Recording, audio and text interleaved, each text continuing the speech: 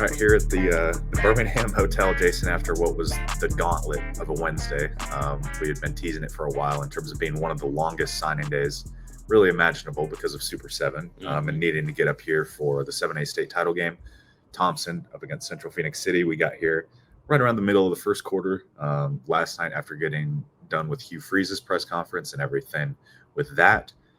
Jason, before we get into the podcast and everything that we're going to talk about for signing day, to recap things, we're going to cut to a couple exclusive interviews we got last night with two of Auburn's signees, 5-star edge Jared Smith, 4-star safety Anquan Fagans. Talked with them after winning the state title after signing with Auburn yesterday. So cut to those. We'll be back in just a couple minutes. How special is this day? Is this going to be your room for a long time and you get to sign early in the morning and then win another state championship tonight? That felt amazing, Since a kid, that's a dream to go play college ball, go to college for free, and just win the state championship is amazing too. So, this day has just been filled with joy. Let's talk about, the defense for you guys tonight. You guys just get shut out after shutdown drive there in the second quarter and kind of flip the game over. Did you guys start to feel it a little bit there in the second quarter? We felt it a lot in the second quarter. I went to the sideline, got those guys ready to go, and we just went out there and handled business. Yeah, you get a fumble recovery, a pick in your last game at Thompson and win a state championship. Is that a kind of a fitting way to end it? Yes, sir, it is. I have much love for Thompson. I'm going to miss it, but, we all got to move on with life. So. Yeah, you already knew where you were going. You're committed to Auburn. Just talk about kind of getting that done, putting the finishing touches on it. How excited are you? I'm very excited. I'm ready for a new journey. My time here at Thompson was very little to none, was the best times of my life, friendships, brotherhoods, and now it's just time for me to go to Auburn, go to work, and just build friendships and relationships there. Yeah, let's talk about kind of this class. You guys put together a strong class, especially defensively. Got a bunch of dudes on that side. How much fun are you looking forward to playing with those guys? We're going to have so much fun, and everybody's looking at this past season, a bunch of these young guys coming in with a chip on their shoulder, to just go out there and just work and just win, That's really what it is. Yeah, Coach Reed, we're talking about you get reunited with Caleb down there. What was it like watching him play and do his thing this year? Man, it was amazing, because a lot of people doubted him. He was a low-star recruit, but, maybe to y'all it was a shocker, but I already knew what his mindset was going to college. So, he went out there and did his thing. How vital was your relationship with Coach Kelly, and how big was that for you to sign with Auburn? The relationship was big. We've been since he was at Bama. He was with my brother. We had a relationship since then. So trusting in him, he trusting in me. And we just built a relationship from there. What's your message to the Auburn fans? War Damn Eagle, let's go. I'm gonna make me look small here, but how much fun was that? You came to Thompson to play in these moments, and you win a state championship. What was it like? Man, it was great. Just the preparation. Starting from preparation we had all week. We knew what we were coming to win, so just got it done today. Yeah, let's talk about this season for you. You start off with the big game against Grayson, finish it off with a big game tonight. How much have you grown as a player over the course of this season? Man, just being here, soaking in like a sponge, seeing how Thompson works, seeing how I can get better. It got me back.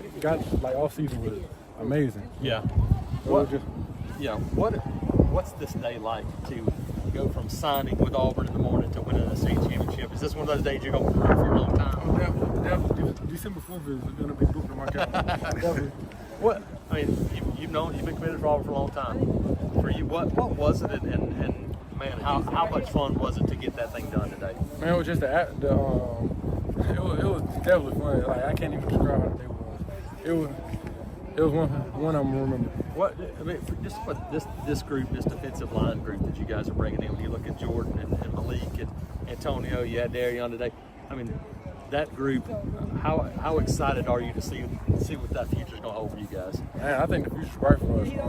First, we can come in and play. That's number one. Everybody can come in and play, and I expect that out of everybody. So soon as we get there, it's straight business. We talked to Vontrell today, and he said, "Hey, Malik played this year." And he showed kind of the roadmap, like, "Hey, not afraid to play freshmen." How important was that you saw freshmen playing this year and excelling? Was that a big deal? Yeah, definitely. Just seeing a dude that came from this own high school and played there. So yeah, Caleb. Mm-hmm. Yeah. So definitely. Yep. Message for the Auburn fans. What are you gonna tell them? War Eagle. Yeah, so Jason, good to hear from those guys. Watched them last night, and new boy gets a pick. Yeah. Doesn't seal the game, but it it helps a good bit there in the fourth quarter.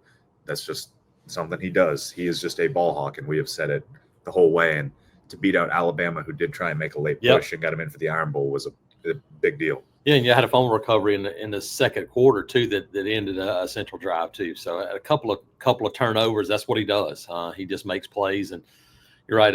Fun to watch those guys kind of finish it off. To see them. I mean they Anquan Fakes played for 4 years, won 3. That's pretty good pedigree coming in, and I thought he had a whale of a game.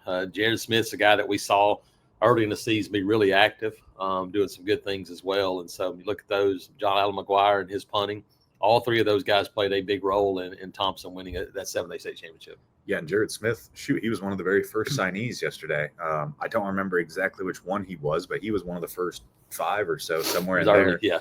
Which was a big deal because Ole Miss was making a big push there, South Carolina as well. USC, the Trojans, was a team that had been mentioned to me several times, was throwing around some late money, trying to see if they could still get involved there a little bit. So getting him early is big. And then Jason, it was, touching just on signing day as a whole. Auburn fans might be a little disappointed by no Naeem Offord, but the class is ranked 6th right now. You held on to pretty much everybody going into signing day. You lost a couple guys before then, a guy like Tavares Dice, but to sign guys, we talked about it, hold and serve. Sign guys like Deuce Knight, sign the guys that you had. Look at the rankings and who Auburn is around in terms of teams. Texas 1, Alabama 2, Georgia 3, Oregon 4, Ohio State 5. All playoff teams. Yeah. Michigan 7, who had a down year and has Oracle money to spend right now. LSU 8, they're always going to be up there. I think they went 8-4. Texas A&M was right in the mix to make the playoff towards kind of the tail end there. Tennessee should be in the playoff at number 10. So Auburn is the outlier in the top 10 of the rankings. Yeah, Michigan won a national championship last year. Yeah, Michigan won a national championship last year, and Auburn is the only team in there that has a losing record or 6-6 or worse. I think Michigan went 7-5. 7-5 because of the win late. Yeah, so so Auburn is definitely the outlier. So the fact that they still signed that solid of a class after year 2, it'd be different if it was year 1. Yeah, correct. Year 1, you can get away with it a little bit more and trying to sell the vision. It still worked for Auburn where they could sell the vision and sign a top 6 class. Yeah, pretty remarkable to see. And hey, it speaks volumes to a lot of different reasons why, in my opinion. I mean, the coaching staff, the work they put in has been big. The current players in the way they played this season and the belief and the buy-in and the positive. I mean, look at a guy like Eugene Asante. That guy has done nothing but talk about glowing terms about his time at Auburn these last couple of years with Hugh Freeze and his staff. Keandre Lambert-Smith. I mean, all these guys going, hey, look, we feel like this thing's right on the cusp. And so that was important. The fans, too, Christian, we saw it all year. Auburn fans showed up. Disappointing loss, whatever. What the ULM game to me was the one.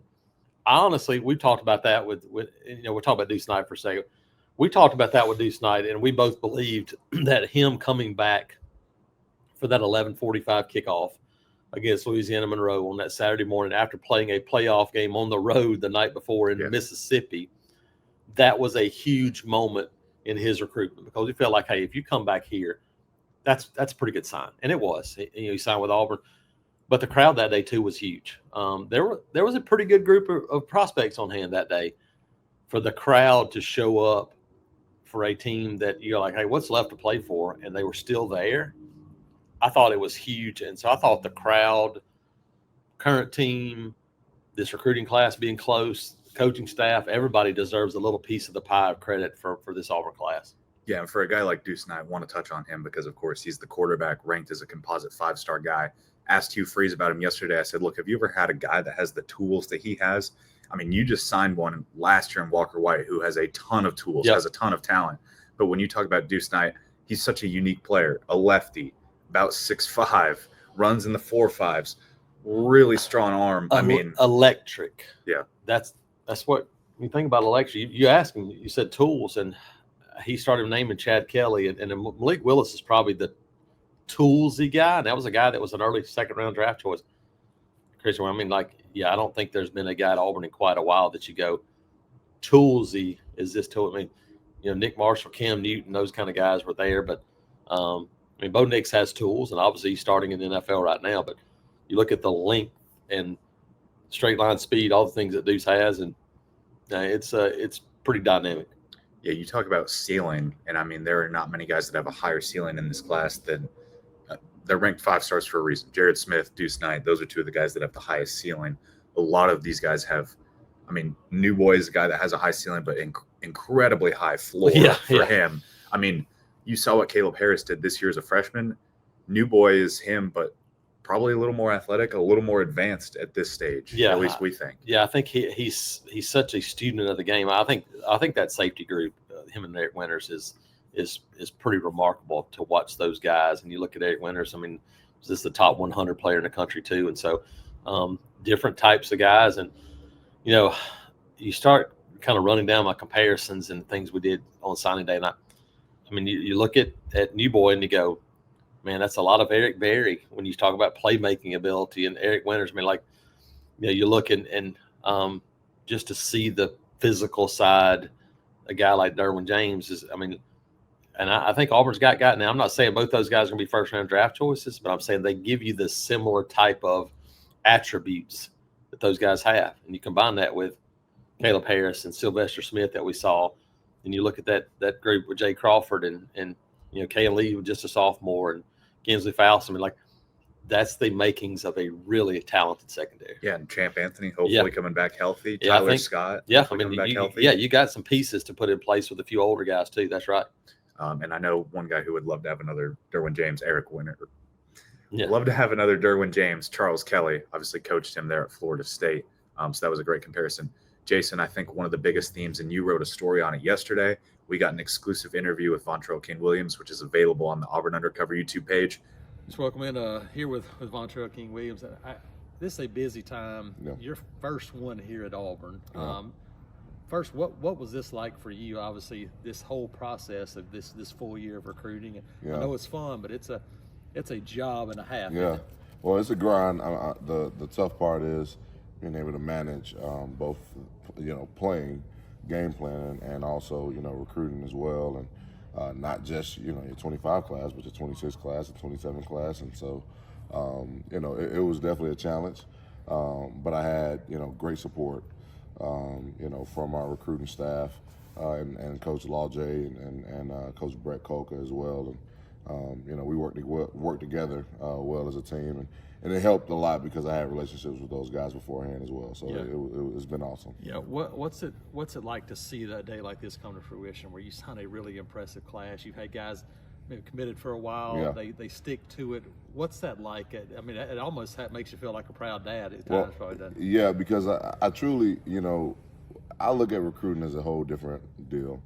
I truly believe in building relationships with these dudes. I look at them all as little brothers. I do, and so you know, I take it to heart. You know, when I have a kid, I say I believe in you and trust in you enough to come and develop me, and not just the kid but the parents as well. When they, you know, give me that opportunity, it means a ton to me. And so, you know, that's the thing for me. Like, it's recruiting, yes, but for me, it's relationships. It's building relationships with people, and hopefully people see the authenticity of it. Yeah. Talk a little about the guys. I mean, you have really different types of guys. Yeah. That probably is a good feel as a coach where Yep. you go, you have Malik was the big, huge. Jordan is kind of the brick in the middle. Yeah, right. AC, Darion. I mean, you got some different types of guys, don't you? Well, the beautiful thing about this class is just like what you said, there's a variety.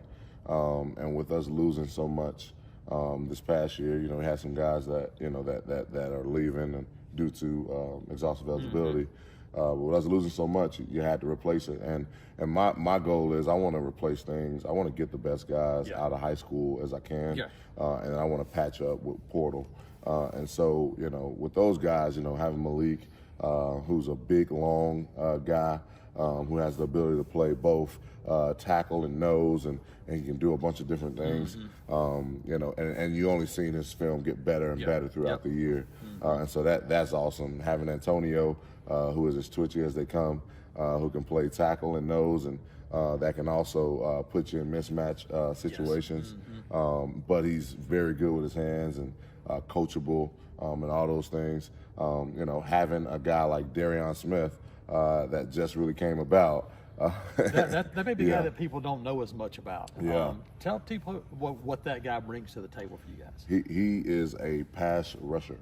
I mean, he's a guy that I think will be able to help us this upcoming season, rushing the pass on third downs in some of those situations where, you know, it may have been third and That's long. an interior pass as rusher, an interior right? pass rusher, you know, and so in some of those situations this year where it may have been third and long and it would have been hard for us to get guys on the ground and maybe we didn't get a rush, he provides that on the inside. And when you get that on the inside, when you get the quarterback scrambling all over the place, you know, typically good things happen. And so, you know, he is the one, you know, that I love. I know he's not rated very high, but I knew from meeting the guy that he was a football dude. Yeah. And then Jordan Crawford, I mean, I was getting ready. He grabbed that LSU hat. I was getting ready to grab him now. I told him, I said, I'm gonna pop up over there, man. You better stop playing with me.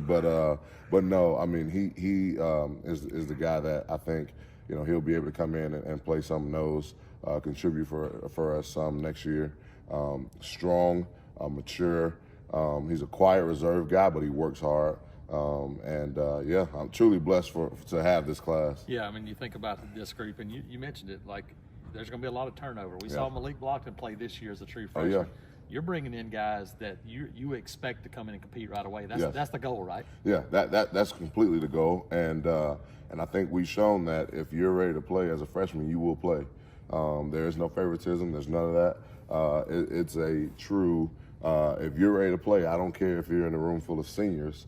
You will play. Malik Blockton has shown that. Yeah. He started 2 games for us this year as a true freshman when we had 5 seniors in the room. And so, you know, bringing it, like I said, I love the portal recruiting and all that stuff, but you don't have that much time to build a relationship with them and really truly get to know exactly what you're bringing in. And so you got to do it but I want to build this thing through the high school ranks and get the best high school players that I can to help build this deal, because that is sustainable. Yeah, and recruiting process never ends. Whether it be 26 guys, still 25 guys, still out there. Oh yeah. This is a 365-a-day job. Yes, isn't it? for sure. I mean, even when you're technically on breaks or whatever or not, you're still recruiting. Yeah. And so you know, like I said, I'm just truly blessed to have this opportunity. Thankful to Coach Durkin and Coach Freeze for giving me this opportunity. And I said it when they hired me, that I told them, I said, you won't regret it. I appreciate you. And so, you know, this is just, you know, a testament of, you know, hard work and just being a good person and people seeing it, you know. And so I'm excited about it. This day is for the kids, but for me, it's very special to me as well. You know, just having the opportunity to go out and recruit at this level and have success at it. Absolutely. One of the happiest guys of the day right here. Appreciate y'all joining us. Appreciate it. Talking about his class, 3 guys that he had going into signing day, along with working on Jared Smith as well, adds Darion Smith. The biggest thing, and you and Vontrell talked about it in the interview yesterday, different pieces for different skill sets along the defensive line where you can mix and match guys. And it's going to be you get a couple of the right portal pieces, you develop a guy like Malik Blockton and Bobby Travis a little bit more, and that defensive line is going to be really, really scary next year. Yeah, I mean, you talked about floor. That's the thing I look at with this defensive line group is you look at the floor, and the floor is so high for these guys because they're all in different ways. They're all guys that could be ready to contribute right away. I mean, Jordan Crawford, from a power striking standpoint and size, I mean, he's 315 pounds of just pure muscle. I mean, like he's people you look at him and you go, that guy's big, but you get up close to him and you go, yeah, but he's just big. That's who he is. He can move. AC Antonio Coleman is a guy that is a lead in terms of his ability to shed blocks and to get upfield. Then Malik Autry is just a massive human being and a guy that can play inside. And then the one that's interesting. Well, Malik, real quick, I wanted to say too, he flashes some explosiveness. Absolutely, no question about it. If they can get that a little bit more consistent, that's where he has the 5-star ranking for a reason. It just needs to be that consistent level. I mean, you're right. I mean, we saw it at times where that guy's able to rush the passer and do some things. And I think for him, getting at Auburn, strength and conditioning program, getting around those other guys and going, okay, that's what it's supposed to look like too. I think it'll make him a dramatic impact for him, because we saw the same thing in a different way with a guy, even kind of like Keldrick Falk, where you look at him and go, Keldrick comes in year one, you go, hey man, I'm big, I'm athletic, and then you come in and you go, okay, but I'm not that yet. And you realize what it takes to succeed on the next level. That's where Malik Blockton had an advantage because his older brother, he knew exactly what it was going to take to be that guy. And so, Malik Autry's there. And then Darren Smith, Christian, a guy that we kept hearing more and more about. And you were like, hey, I think this is going to happen. And then we talked to Vontrell, and Vontrell's like, hey, I think he's the best pass rusher of the group as an interior guy. And we talked about all season long for Auburn. What was lacking the most maybe on this entire defense? It was interior pass rush, interior negative play, explosive ability. This is a class that can do it. And Darian Smith may be a guy that plays pretty early on third down. Yeah, and then you want to talk about kind of the edge group.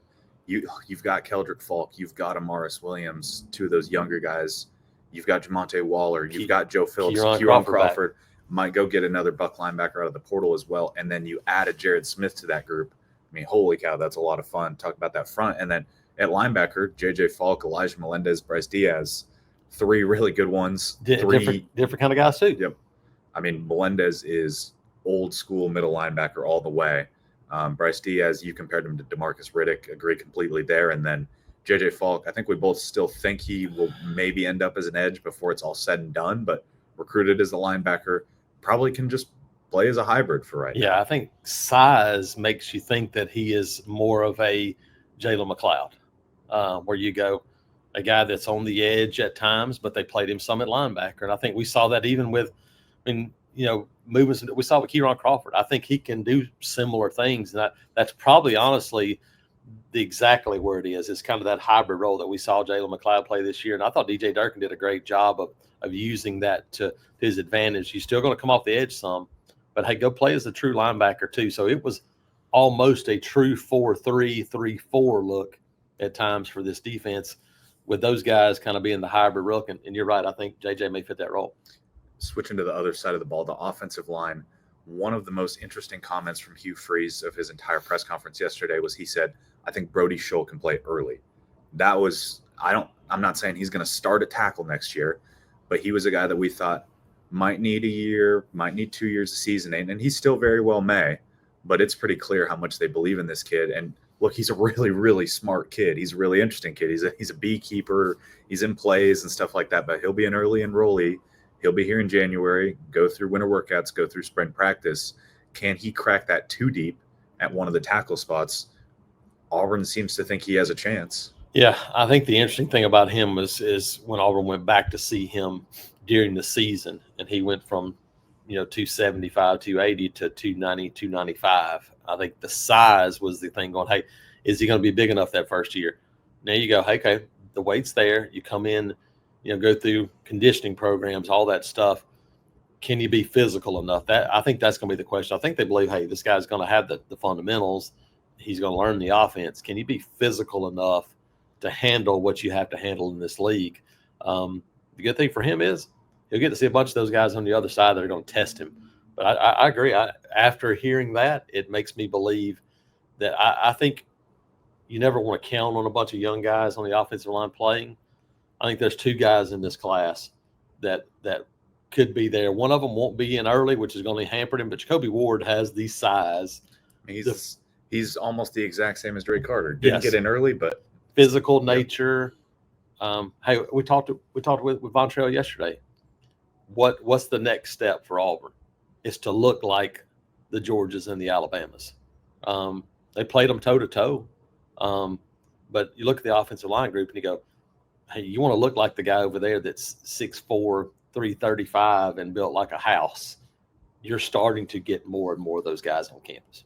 Yes, and then you talk about getting a guy like Cale Ellis who reclassified. You're getting your center there, working him under Connor Lew a little bit. Ty Buster, he may be underrated, most underrated player in this class, maybe. He's up there, yeah. So you get those guys on the interior. Obviously didn't get Dice, who we both kind of thought maybe right tackle, but probably more of a guard, at least in terms of that's where he would excel the most. So now you'll look to the portal for even a little bit more help at tackle. Jason, talking about playmakers in this class, wide receiver, you get the Smith brothers, you get Sam Turner. Running back, you get Alvin Henderson. At tight end, Hollis Davidson is absolutely a playmaker. And then Hugh Freeze said it, Ryan G is your Luke Deal replacement for the future in terms of a a team leader, a blocker, a guy who can catch a couple passes here and there, but he is going to be nasty as kind of an H-back. Yeah, I think you look at it and you go, man, how do you want to approach a signing day? And we've talked about this before. All signing classes aren't made equal, even if they're in the top 10. Auburn's had some top 10 signing classes, but you look and go, well, there's no offensive lineman in that group, or there's one high school offensive lineman in that group. If you can have a balanced signing class that's also a top 10 class, then you're on the right track. And you look at this class for Auburn, it's a pretty darn balanced class. You get your quarterback, you get running back, 2 tight ends, 3 wide receivers, 4 of your 5 offensive linemen, but a bunch of defensive linemen. You get 3 linebackers, you get corners, safeties, a punter. That's how you build a program, is by going, hey, look, and I think it's something that maybe people don't think about as much. I don't believe it ever crossed Brian Harson's mind, and I don't think it crossed Gus Malzahn's mind a ton, but class balance and balancing your roster is a big deal. You could go and go, hey, we're going to sign 15 wide receivers, and we're going to have the number 1 class in the country. That'll make you a better team. And so I think you look, and the way they've done is by balancing a roster, trying to keep from, sometimes you can't avoid it when you have to sign a bunch of transfers, do those things, but you want to be able to go, hey, okay, let's replace here, here, and here. What you don't want to have to do is go, well, we're going to need to sign 12 high school offensive linemen next year to fill the holes that we're going to have, which is almost what they had to do when they got here because there weren't many years. But I think this is a really balanced class, and you filled some really big needs. Yeah, the only position I think that we didn't touch on, we touched on secondary for a little bit. Cornerback, that was where Auburn had its one kind of major sting of the day, if you want to say. Auburn pushed for Zion Grady there late, and they were pretty close, to be honest. But we're not able to get him, and you're still okay up front. We touched about that a lot. Naeem Offord was the one that Auburn was really, really pushing for. He ends up going to Oregon.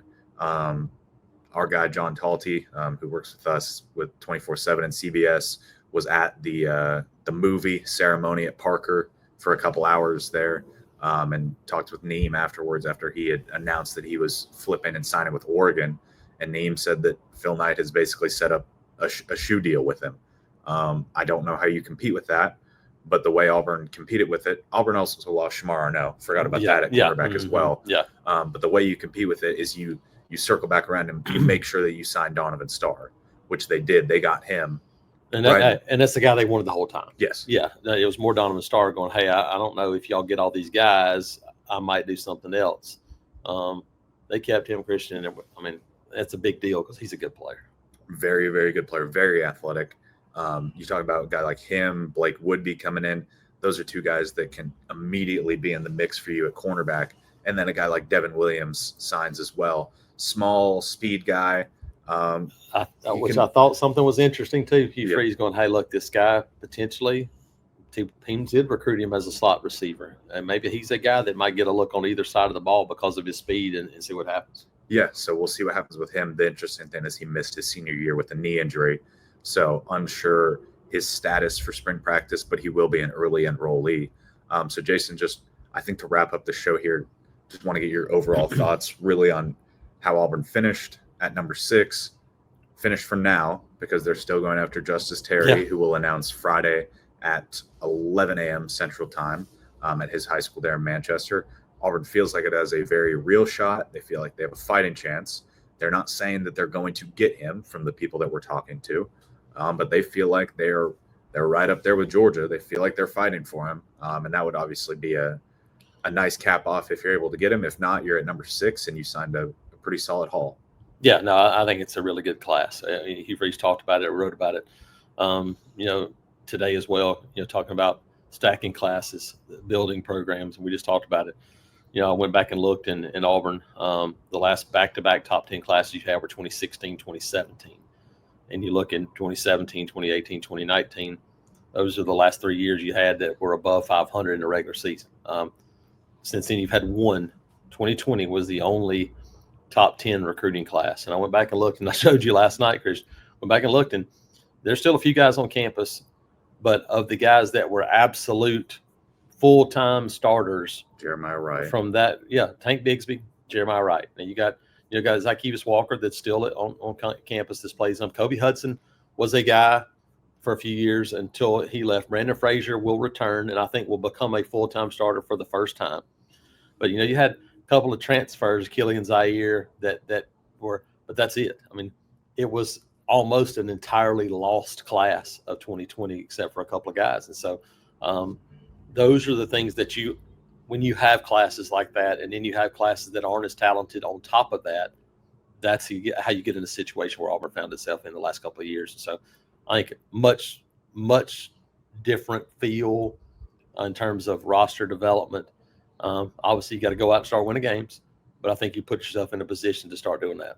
Yeah, I know some folks were upset about not getting Neem offered, not getting Zion Grady late, but look, you would set yourself up in such a good position going into signing day that you can be upset. It wasn't a bust if you didn't. Yeah, it was not a bust. You still have the number 6 class in the country, and like we touched on a lot, we're not just sunshine pumping or anything like that. I mean, Auburn is the outlier in the top 10 of the rankings. Auburn as a team is the outlier that realistically you look at and it's like, well, they shouldn't be there. Why are they up there when they're playing like this? But Auburn has recruited so well and gotten in a position to where stacking classes, trying to improve.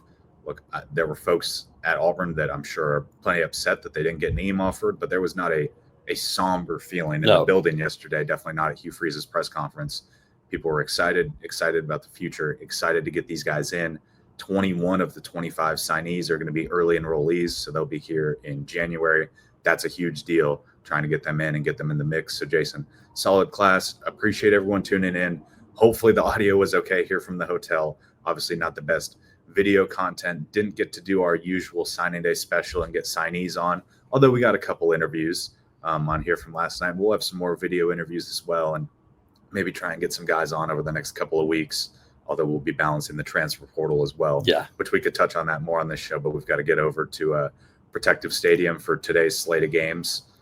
So again, apologies that it's not the usual show, but just working with what we've got and hopefully have something next week as well. We'll definitely have something next week, more portal focused, and Alabama, Mississippi. Honestly, we can get a lot of interviews down there. Yeah, we got a lot coming, like I said. So, busy time trying to everybody catch their breath. You guys catch your breath, and we'll be back. And a lot more things coming from Birmingham here in the next couple of days. Yes, so stay tuned at auburnundercover.com, and I appreciate everyone tuning in.